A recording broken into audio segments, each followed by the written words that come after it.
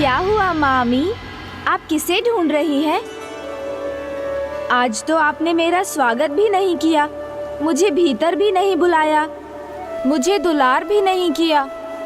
कोई बात नहीं, मैं स्वयं आ जाता हूँ। वैकुंठ मेरे लिए पराया थोड़ी है, ये तो मेरा भी निवास है ना।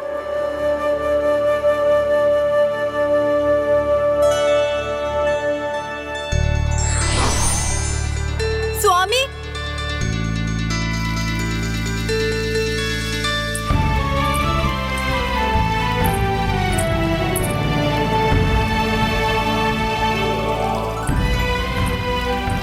वाह वाह मामी जी, वाह।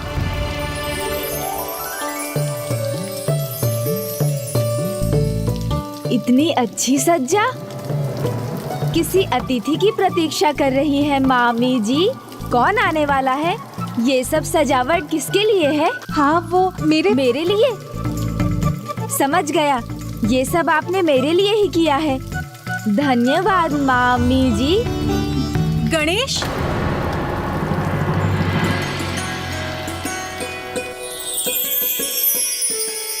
वाह मामी जी, आज तो बड़ा विशेष स्वागत हो रहा है मेरा। इतने सारे, इतने स्वादिष्ट पकवान, आहा, आनंद आ जाएगा। आप अपने हाथों से खिलाएंगी ना मामी जी? आइए ना मामी जी, मुझे भोजन परोस दीजिए ना।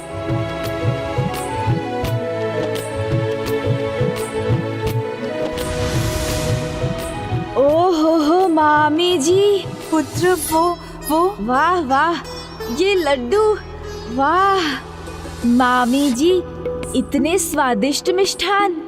ये गाजा तो बहुत ही स्वादिष्ट है।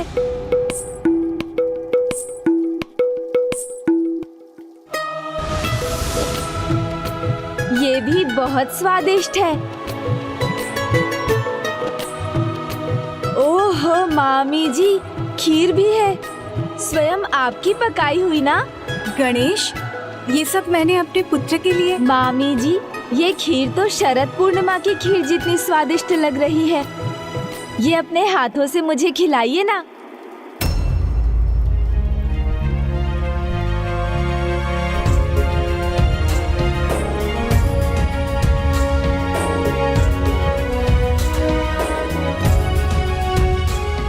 लो गणेश।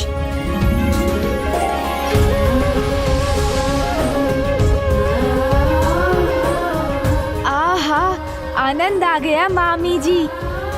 इतनी स्वादिष्ट खीर है, जैसे आपने इसमें अपनी सारी ममता की मिठास घोल दी हो।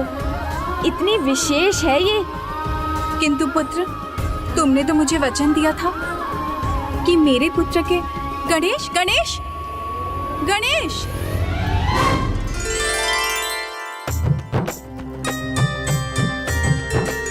मामी जी, खिलौने भी कितने सारे हैं, किंतु मैं तो अब इनसे नहीं खेल सकता ना, बड़ा हो गया हूँ ना। किंतु मामी जी, ये तो बहुत।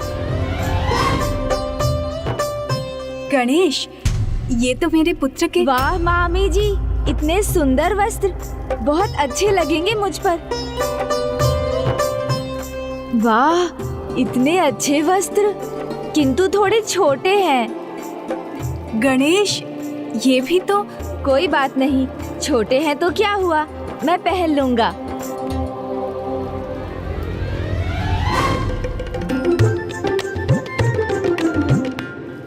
वाह मामी जी, ये कंगन तो सबसे अद्भुत हैं। ये तो मुझे आ जाएंगे। अब तो गणेश की दृष्टि इस पर भी पड़ गई। ये भी ले लिया तो मेरे पुत्र के लिए क्या बचेगा?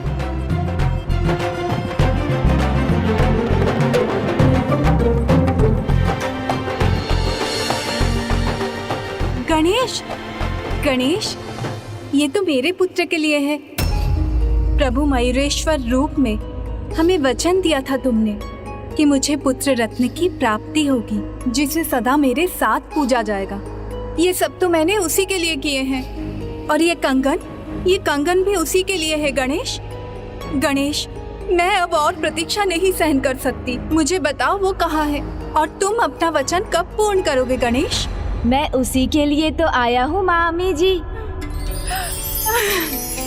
तो शुभ कार्य में विलंब क्यों गणेश? मुझे शीघ्र अपने पुत्र से मिलवा दो ना। अच्छा मामी जी, तो अब आप मेरे साथ आइए।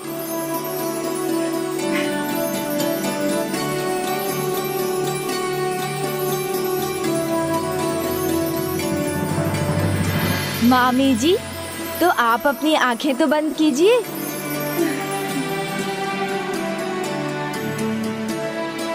अब आंखें खोलकर देख लीजिए अपने पुत्र को। वो तो आपके सामने ही है माँ।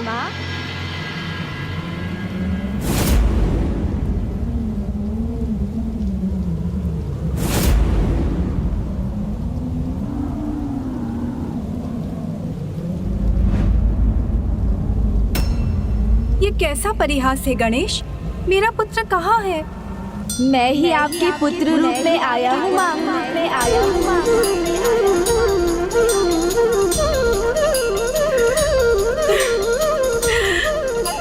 कब से आपको मामी कहकर पुकार रहा हो?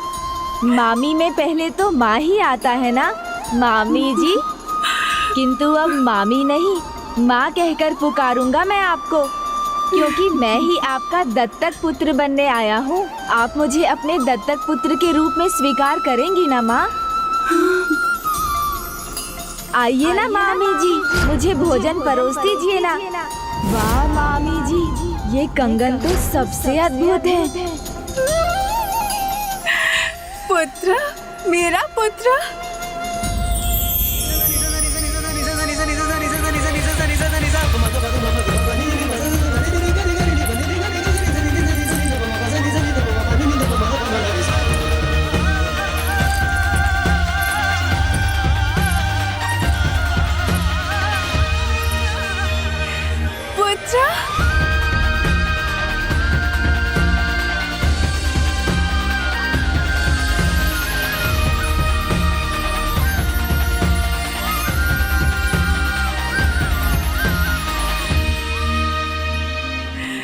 पुत्र, तुम मेरे पुत्र हो।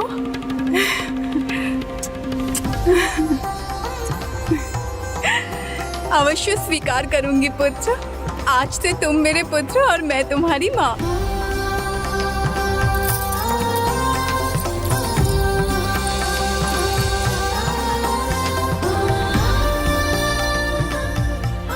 तब मुझे अपनी गोद में बैठने दीजिए ना माँ। हाँ पुत्र, क्यों नहीं।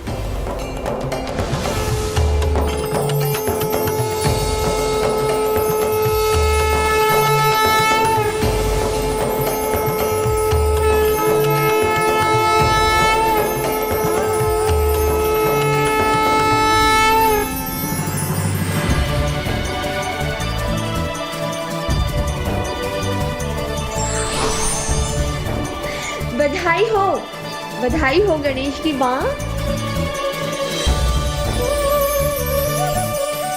सुनती है गणेश की माँ? कहाँ है आप?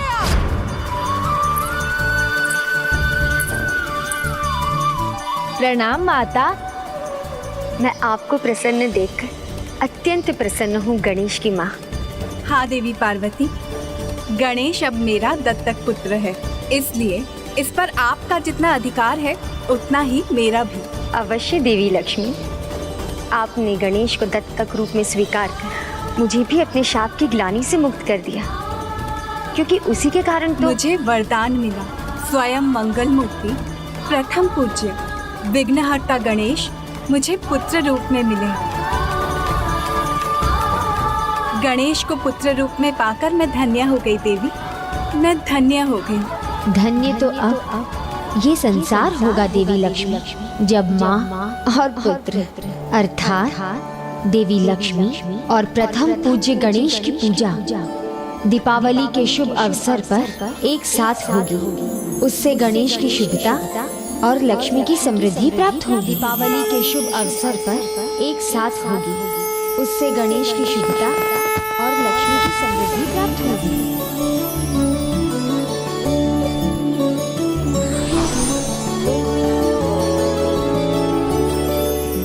प्रणाम श्री हरिनारायण। प्रणाम माता। वक्रतुंड महाकाय सूर्यकोटि समप्रभ निर्विघ्नं कुरु मे देव सर्वकार्येषु सर्वदा। सर्वज्ञे सर्ववरदे सर्वदुष्टभयङ्करी सर्वदुःखहरे हरे महालक्ष्मी नमोस्तुते।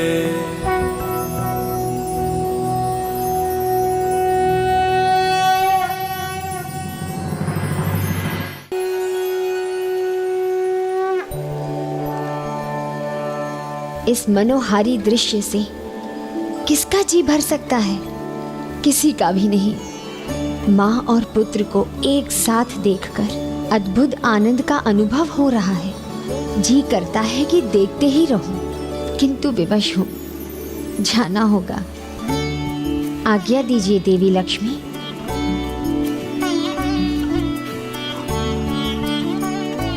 देवी लक्ष्मी, दुखी मत होइए। आपको आपकी ममता से कोई वंचित नहीं कर सकता।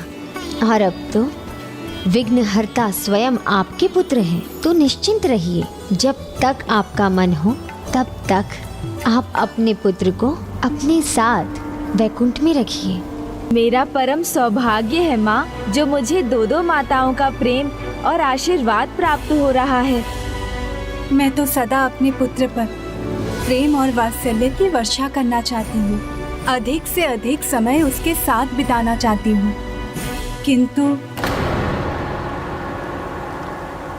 किंतु क्या प्रिय? किंतु स्वामी, मुझे अभी स्वयं कुछ समय के लिए जाना होगा। पुत्र गणेश के साथ से कुछ अवधि के लिए वंचित होना होगा। बस यही दुख है मुझे। क्यों देवी लक्ष्मी? इससे अधिक महत्वपूर्ण और क्या हो सकता है?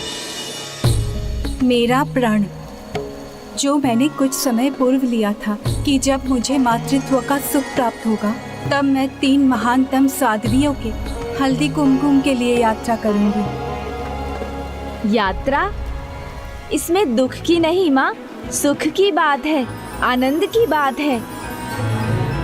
हाँ पुत्र, तुम तो अभी मुझे मिले हो और तुमसे मुझे दूर होना होगा। अभी तो मैंने तुम्हें ठीक से दुलार भी नहीं किया। नहीं माँ, आपको मुझसे दूर जाने की कोई आवश्यकता नहीं। साध्वी माताओं के दर्शन करने जाना तो तीर्थ के समान है, और अपने माता पिता को तीर्थ यात्रा पर ले जाना पुत्र का कर्तव्य होता है। तो मैं आपका पुत्र होने के नाते आपको इस यात्रा पर ले चलूंगा। हाँ माँ, मैं साथ चलूंगा। तो आपका समय मुझे 3 साध्वी माताओं की कथा सुनाने में कट जाएगा। आप मुझे ये कथाएं सुनाएंगी ना माँ? अवश्य। देखा आपने देवी लक्ष्मी, आपका पुत्र गणेश कितना चतुर है। इसकी चतुराई आपको सुख प्रदान करेगी और आपको गणेश से दूर नहीं जाना होगा, और वो आपकी यात्रा की तैयारी करवाने में भी आपकी सहायता करेगा। हाँ माता, अवश्य करूँगा ना।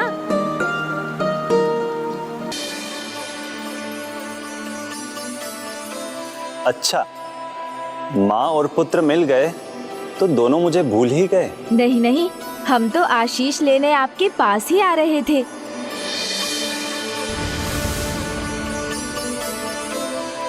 मैं आपको आशीष देता हूँ। आपकी यात्रा सफल होगी।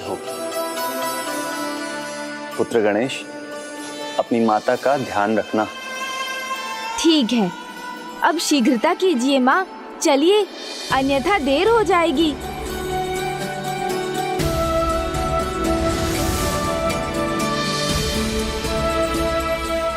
अपनी संतान के साथ यात्रा करने का आनंद ही कुछ और है।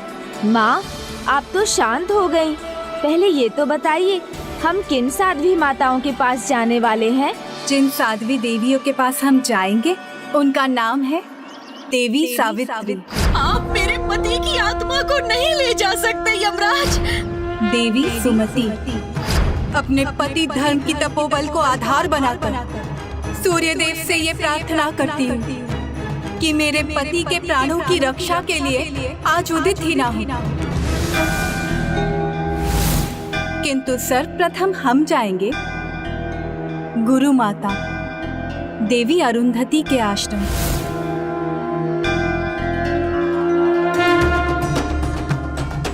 वही ना माँ, माता अरुंधति। उन्होंने दोनों भाभी माँ, भाभी देवसेना और भाभी वल्ली को विवाह के बाद तारे देखने को बोला था। हाँ पुत्र। किंतु माँ, माता अरुंधति ने ऐसा क्या किया था जो उन्हें इतनी प्रतिष्ठा मिली कि एक तारा उन्हीं के नाम पर है, और वो भी सप्त ऋषियों के इतने निकट। प्रेम भाव संसार में सबसे श्रेष्ठ भाव होता है और पति पत्नी के संबंध में परस्पर प्रेम के साथ त्याग की भावना भी जुड़ी होती है।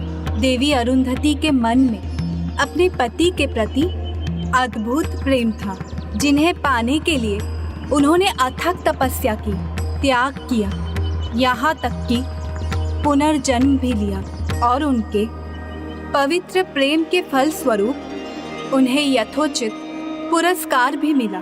तब तो मुझे उनकी कथा सुनाइए ना माँ।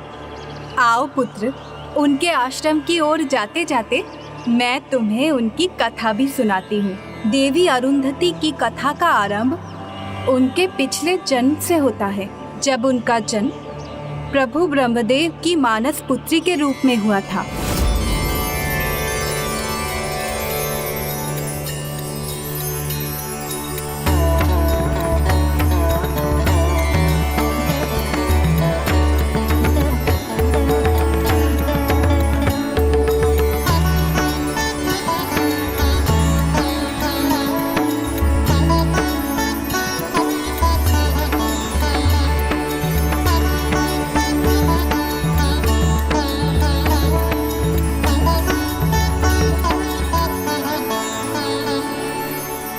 अद्भुत, अकल्पनीय, अति सुंदर।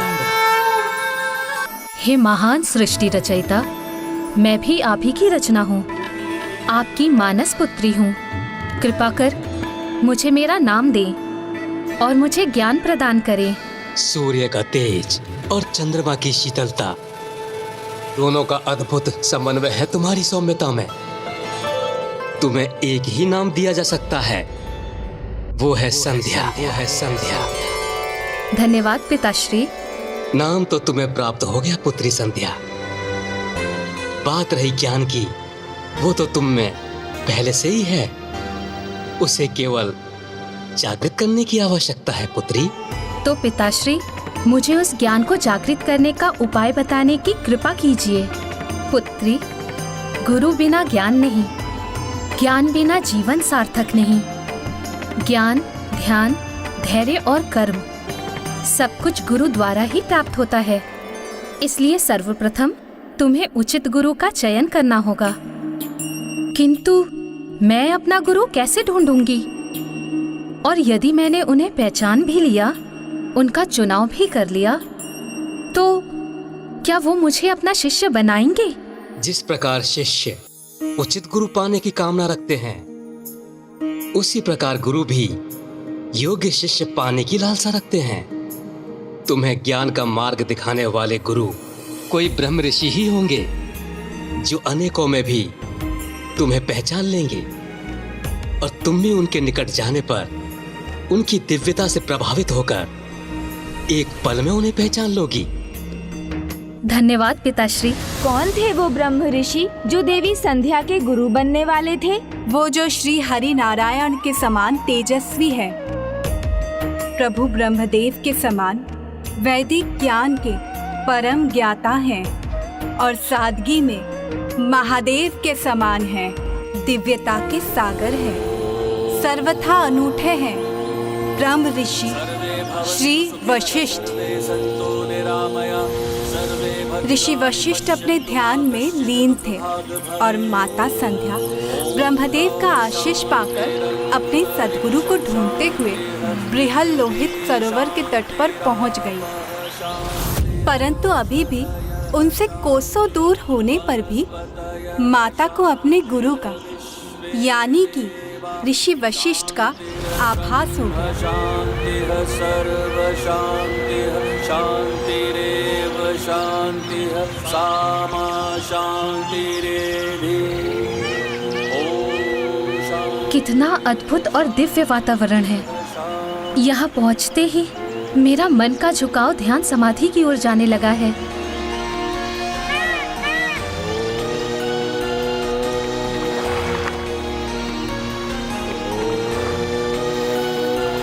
अत्यंत दिव्य और अद्भुत स्पंदन है यहाँ। ये किसके दिव्य जाप का प्रभाव है?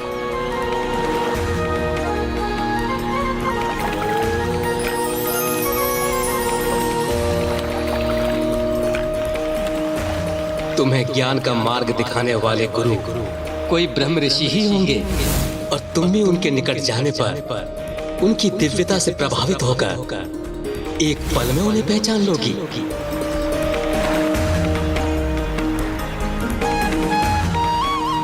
गुरुदेव, आपकी शिष्या ने आपको पहचान लिया। ब्रह्म ऋषि श्री वशिष्ठ के दिव्य आभा का ऐसा प्रभाव हुआ उन पर कि माता के मन का रुझान ध्यान और समाधि की ओर ही हो गया। वो गुरुदेव की दिशा में बढ़ती ही चली गई। उन्हें इसका भी ध्यान न रहा कि वो सरोवर की गहराई में उतरती जा रही हैं, किंतु रुकना अब संभव नहीं था। उन्हें तो अपने गुरु के पास पहुंचना था और वो आगे बढ़ती ही चली गई। परंतु आज कोई बाधा उन्हें कहाँ रोक सकती थी।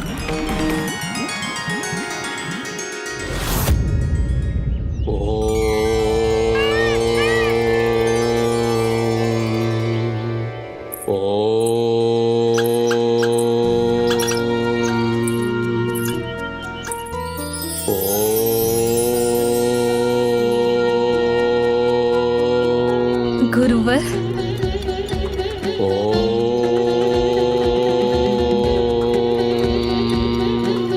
प्रणाम गुरुदेव। उठिए देवी संध्या।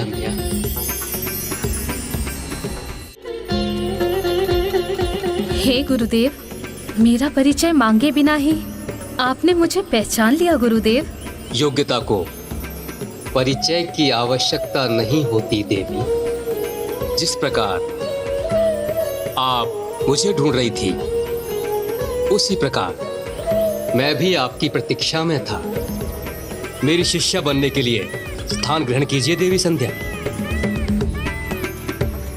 हे गुरुदेव, शिष्या का मन गुरु से अधिक कौन समझ सकता है? मेरे मन में क्या है ये तो आपको भली भांति ज्ञात है। शिष्या के रूप में मुझे स्वीकार कर मेरे ज्ञान को जागृत करने की कृपा कीजिए। जिन गुरु वशिष्ठ ने उनका ज्ञान जागृत किया, उन्हें तप का ज्ञान दिया। देवी संध्या पर उनकी दिव्यता का प्रभाव हुए बिना कैसे रह सकता था? गुरु के प्रति उनकी श्रद्धा ने उनके मन में एक और इच्छा को जन्म दिया, सदा गुरु के साथ रहने की इच्छा। उनके अथाह ज्ञान सागर से निरंतर ज्ञान की मोती चुनते रहने की इच्छा, उनकी सेवा करने की इच्छा, उनकी शिष्या ही नहीं, उनकी अर्धांगिनी बनने की इच्छा। तो क्या गुरु वशिष्ठ ने भी उन्हें स्वीकार किया? क्या उनके साथ देवी संध्या का विवाह भी संपन्न हुआ माँ? नहीं पुत्र, उन्हें अपने मनचाहे वर को पाने के लिए घोर तपस्या करनी पड़ी थी। ओम नमो वासुदेवाय नमः। ओम नमो वासुदेवाय नमः। ज्ञान प्राप्ति के क्रम में गुरु ने उन्हें इच्छा पूर्ति करने की तप विधि भी सिखाई और देवी संध्या गुरु वशिष्ठ को अपने पति रूप में पाने के लिए घोर तपस्या करने लगी।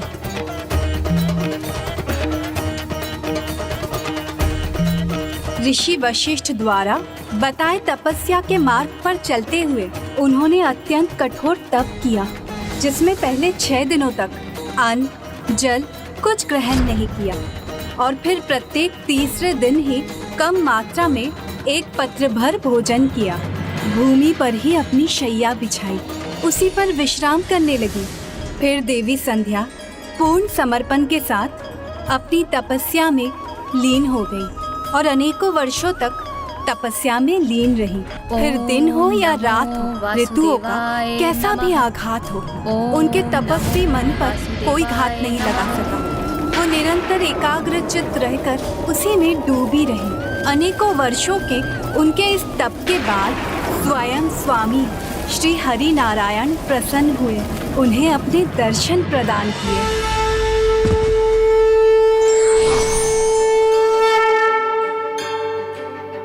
ब्रह्मलोक को अपने तेज से प्रकाशित करने वाली कन्या ने इतना कठोर तप कर अपनी देह को कितना दुर्बल बना लिया है। उठिए देवी, आपकी तपस्या संपन्न हुई। मैं आपको दिव्य ज्ञान, दिव्य दृष्टि और दिव्य वाणी का वरदान देता हूं।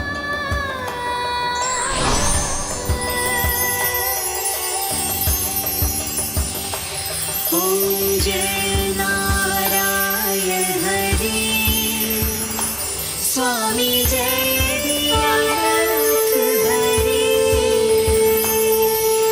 सुर नर मुनि सब प्रभु प्रणाम प्रभु। देवी, मैं आपकी तपस्या और आपकी निष्ठा से अत्यंत प्रसन्न हूं। मेरे वरदान के अतिरिक्त मैं आपको आशीर्वाद भी देता हूं कि आपने जिस इच्छा से यह अनुष्ठान किया है वो अवश्य पूर्ण होगा। आपको पत्नी रूप में ऋषि वशिष्ठ का सानिध्य अवश्य प्राप्त होगा, किंतु इस जन्म में नहीं। इस जन्म में तो वो आपके गुरु हैं देवी, इसलिए उन्हें पति रूप में पाने के लिए आपको अगले जन्म की प्रतीक्षा करनी होगी। यदि ऐसा है प्रभु, तो मुझे अभी इसी क्षण अपने प्राण त्यागने की अनुमति दीजिए।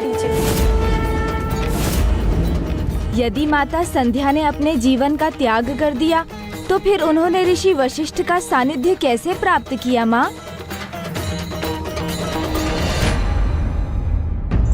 गुरु का स्थान जीवन में सर्वाधिक महत्वपूर्ण है, क्योंकि जीवन को सार्थक बनाने के लिए धर्म, कर्म, ध्यान और ज्ञान गुरु से ही प्राप्त होता है। For more updates, subscribe to our channel, click the show links and enjoy watching the videos.